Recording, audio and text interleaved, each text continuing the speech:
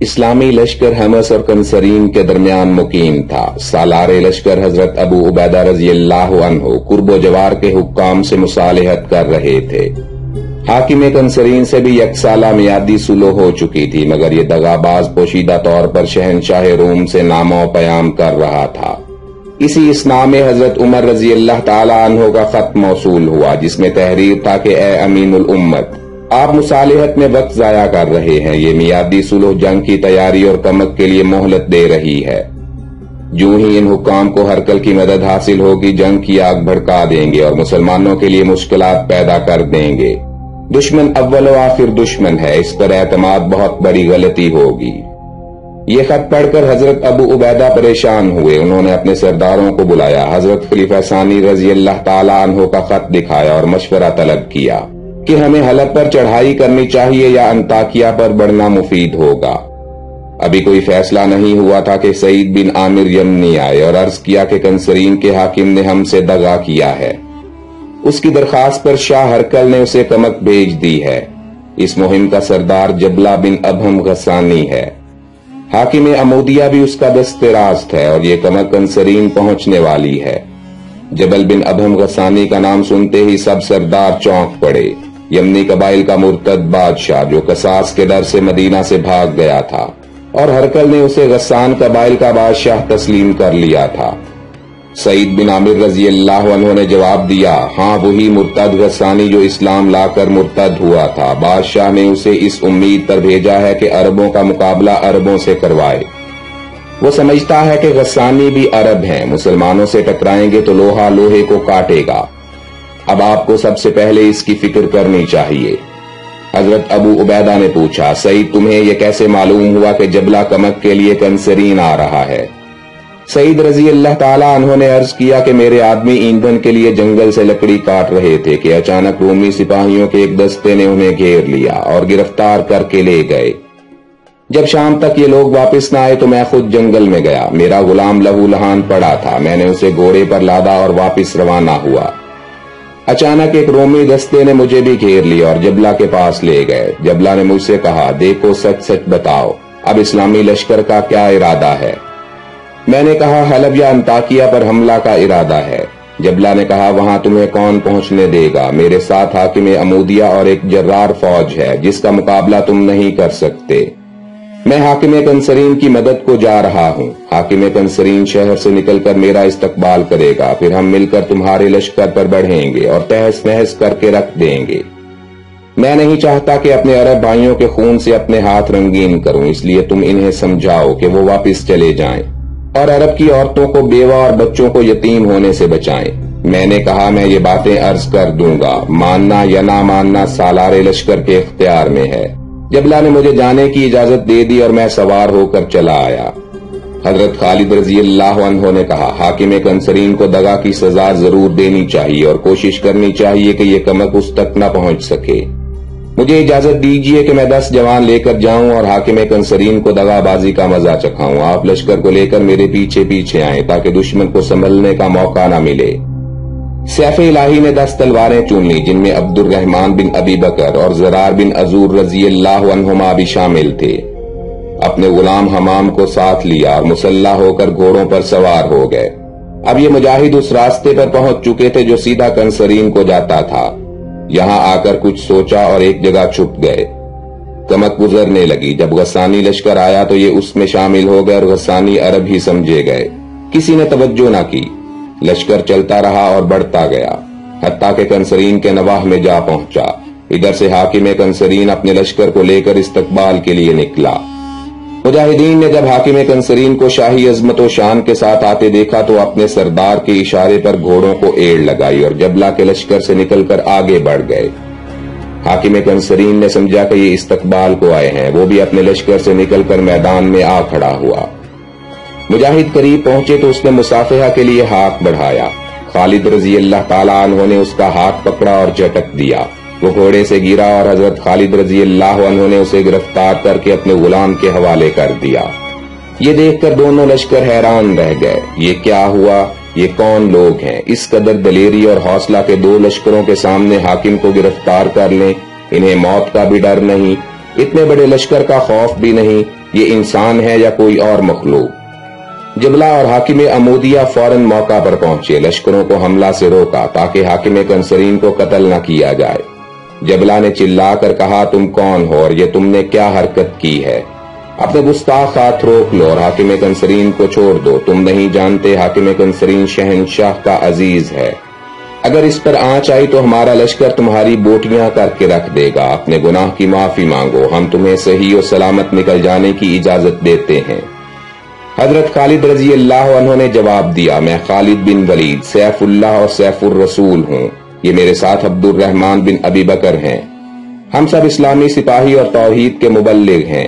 حاکم کنسرین نے ہم سے دغا کیا ہے، ہم اسے سزا دے کر رہیں گے۔ جبلہ نے کہا، میں جبلہ بن ابہم ہوں، میں تمہارا اسلام اور توحید دیکھ چکا ہوں، ہمارے قیدی کو رہا کر دو ورنہ اتنے بڑے لشکر میں تمہاری ایک بوٹی بھی ڈھونڈنے سے نہیں ملے گی۔ حضرت خالد رضی اللہ عنہ نے جواب دیا، جبلہ وہ جو اسلام کا مرتد اور ہمارا مفرور ہے، جو ہدایت پا کر گمراہی کے گڑھے میں گر گیا، جو دنیا پر عاقبت کو بیچ گیا۔ اچھا، اگر تمہیں اپنا قیدی چھڑانا منظور ہے تو ایک ایک میدان میں آ کر مقابلہ کرو، اگر تم نے ہمیں مار لیا تو تمہارا قیدی خود بخود رہا ہو جائے گا، ورنہ ہم تو اسے کیفر کردار تک پہنچا کر رہیں گے۔ جبلہ اپنے لشکر میں آ گیا اور انفرادی جنگ شروع کرنے کے لیے مشورہ کرنے لگا۔ حضرت عبد الرحمن رضی اللہ تعالیٰ عنہ نے میدان میں نکلنے کی اجازت مانگی اور کہا کہ میں اپنے بزرگ باپ اور نبی کریم صلی اللہ علیہ وسلم کے حضور حاضر ہونے کے لیے بےتاب ہوں۔ خالد رضی اللہ تعالیٰ عنہ نے اجازت دی اور وہ میدان میں نکل آئے، گھوڑے کو چکر دیے، دونوں فوجوں کو للکارا اور حریف طلب کیا۔ حاکم عمودیہ کے اشارہ پر ایک زرہ پوش میدان میں نکلا اور آتے ہی نیزے کا بھرپور وار کیا۔ عبد الرحمن رضی اللہ عنہ نے وار بچا کر ایک ہی وار میں اسے ڈھیر کر دیا۔ فوراً ایک اور جنگجو مقابلہ پر آ موجود ہوا، عبد الرحمن نے اسے بھی جہنم کا راستہ دکھایا۔ اسی طرح 5 رومی اپنے نیزے کا نشانہ بنائے، اب کوئی مرد میدان بن کر نہ نکلا۔ عبد الرحمن رضی اللہ عنہ نے للکارا، کیا بہادر ختم ہو گئے؟ جبلہ نے اپنا گھوڑا بڑھایا، میدان میں آیا اور پکارا، گستاخ اپنی سزا کے لیے تیار ہو جا۔ عبد الرحمن نے جواب دیا، بسم اللہ۔ جبلہ نے کہا، پہلے مجھے اتنا بتا دو کہ تم کون ہو؟ جواب ملا کہ میں عبد الرحمن ہوں، خلیفہ اول حضرت ابو بکر صدیق رضی اللہ عنہ کا بیٹا ہوں، صاحب ذوالفقار حیدر کرار علی رضی اللہ تعالی عنہ کا شاگرد ہوں۔ تمہاری باتوں میں آ کر فریب کھانے کے لیے تیار نہیں، حوصلہ ہے تو ذرا اور قریب آ جاؤ۔ جبلہ بولا، نوجوان عرب، تم تو شہزادے ہو، حکومت کے لائق ہو، میدان جنگ تمہاری جگہ نہیں، تم تو تخت کو زینت دینے کے لیے پیدا ہوئے ہو، اسلام میں کیا رکھا ہے؟ عیسائیت قبول کر لو، میں تمہیں اپنا داماد بناؤں گا۔ عبد الرحمن رضی اللہ تعالیٰ عنہ نے غضبناک ہو کر جواب دیا، مرتد حکمران ہم دنیا کو ہیچ سمجھتے ہیں، ہمارے لیے خدا کی راہ میں جان دینا تخت اور سونے سے افضل ہے، ہم ایسی فانی وجاہت پر تھوکتے بھی نہیں۔ جبلہ غضبناک ہو کر جھپٹا، نیزہ کا وار کیا۔ اگرچہ عبد الرحمن پہلے ہی رومیوں سے مقابلہ کر کے تھکے ہوئے تھے، مگر انہوں نے پرواہ نہ کی، جبلہ کا وار خالی کر دیا اور گھوڑے کو چکر دے کر ایسا نیزہ مارا کہ اگر پہاڑ پر مارتے تو چھید کر رکھ دیتے۔ جبلہ نے یہ وار اپنی مضبوط ڈھال پر روکا، مگر اس کا سارا جسم ہل گیا۔ عبد الرحمن کا نیزہ ٹوٹ گیا، اس نے جھٹ سے تلوار نکالی، ادھر سے پھر نیزہ بڑھا، مجاہد نے تلوار سے کاٹ کر نیزے کے 2 ٹکڑے کر دیے، دونوں تلواریں ایک دوسرے سے بیک وقت ٹکرائیں، مجاہد کی تلوار نے جبلہ کے خود کو کاٹا اور سر کو زخمی کر دیا۔ جبلہ کی تلوار مجاہد کے شانے پر لگی اور زرہ کو کاٹتی ہوئی شانے کو زخمی کر گئی۔ مجاہد نے پھر للکارا، مگر جبلہ اپنے لشکر کی طرف بھاگ گیا۔ عبد الرحمن رضی اللہ عنہ کا زخم خون اگل رہا تھا، حضرت خالد نے زخم کو کس کر باندھا، حاکم کنسرین کو پکڑا اور ایک ہی وار میں سر کاٹ کر رکھ دیا، پھر پکار کر کہا، عبد الرحمن کے خون کے جتنے قطرے گریں گے اتنے ہی رومی جہنم رسید کروں گا۔ حاکم کنسرین کے قتل پر دونوں لشکر چیخ اٹھے اور مجاہدین پر حملہ آور ہو گئے۔ حضرت خالد رضی اللہ عنہ نے فوراً عبد الرحمن کو درمیان میں رکھا اور اس کے گرد مجاہدین کا قلعہ بنا دیا، حکم دیا کہ دشمن کی طرف منہ کر لو، نیزے تان لو اور جو آگے آئے اسے جہنم کا راستہ دکھاتے جاؤ، خدا ہمارا حامی و ناصر ہے۔ رومی بار بار حملہ کرتے مگر اس چھوٹے سے اسلامی قلعہ کو سر نہ کر سکے۔ وہ بڑھتے کٹتے اور ہٹ جاتے، پھر آتے، جوش و خروش سے حملہ کرتے اور مجاہدین کی چٹان سے سر پھوڑ کر واپس چلے جاتے۔ مجاہد تلواریں چلاتے چلاتے اور دشمن کا حملہ روکتے ہوئے تھک گئے۔ عصر کا وقت ہو گیا، دشمن کے حملے بڑھ رہے تھے اور مجاہدین کی طاقت گھٹ رہی تھی۔ ایک مجاہد نے کہا، سردار بازو تھک گئے ہیں، پیاس سے حلق خشک ہو رہے ہیں، کیوں نہ ہم دشمن کی صفوں کو چیر کر نکل جائیں۔ حضرت خالد رضی اللہ عنہ نے جواب دیا، صبر اور استقلال سے ڈٹے رہو، حوض کوثر قریب آ رہا ہے، سیر ہو کر پیاس بجھائیں گے۔ ابھی ایک مجاہد کے کان یہ باتیں سن ہی رہے تھے کہ اللہ اکبر کی آواز بلند ہوئی۔ مجاہدین نے بھی زور سے نعرہ تکبیر بلند کیا، مسلسل نعرے گونجے اور حضرت ابو عبیدہ اپنے لشکر کے ساتھ دشمنوں پر آ پڑے۔ وہ تلوار چلی کہ خدا کی پناہ، موت جھپٹ کر بڑھی اور رومیوں کے سر پر سوار ہو گئی۔ مجاہد مارتے گراتے راستہ بناتے اپنے مجاہدین تک پہنچ گئے اور پھر پھیل کر سارے میدان پر چھا گئے۔ ہزاروں دشمن قتل ہوئے، ہزاروں کچلے گئے، شام تک میدان صاف ہو گیا۔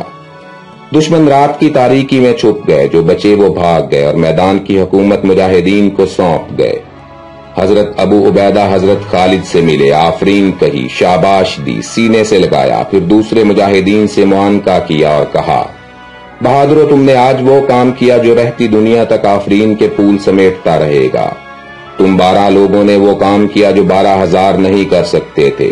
دشمن کے دل دہلا دیے، اس کے چھکے چھڑا دیے، دغاباز کو کیفر کردار تک پہنچایا، اپنا بول سچ کر دکھایا، توحید کو پھیلایا، اسلام کا بول بالا کیا۔ بے شک تم نے اپنے خدا اور رسول اللہ صلی اللہ علیہ وسلم کی خوشنودی حاصل کر لی۔